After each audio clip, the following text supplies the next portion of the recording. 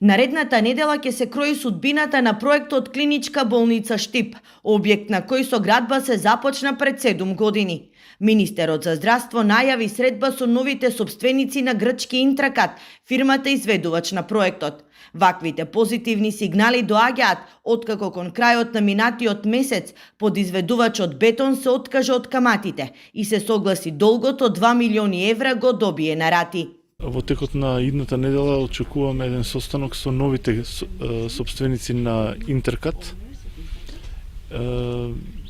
Во тој разговор очекувам позитивен исход со тоа што они ќе превземаат продолжување со градежните работи во Штипската болница. За мене лично и за Министерството и за системот е многу битно да се заврши тој проект, затоа што Штипската болница ја гледаме како регионална болница и како потенцијален иден клинички центар. За надлежните токму судскиот процес меѓу двете компании беше причина за стопирање на градежните активности. Компанијата Бетон како подизведувач го тужеше грчки Интракат затоа што не му било платено за сработеното. Вонсудската спогодба се реализираше со медијација на штипскиот градоначалник.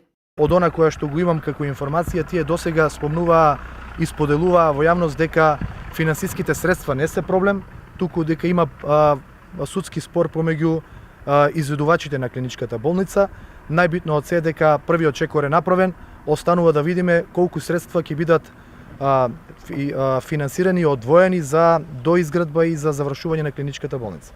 Дека се прават напори проектот да продолжи, на вчерашниот состанок со министерот Сали убедување добил и Јорданов, на кој му било потврдено дека неделата што доаѓа ќе биде клучна за Штипската болница.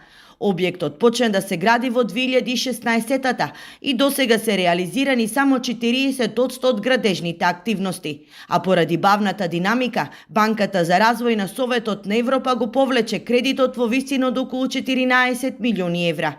Инаку Штипската болница беше најавувана како најсовремен објект во кој здравствена заштита ќе им се пружи на 300.000 пациенти од истокот и југоистокот.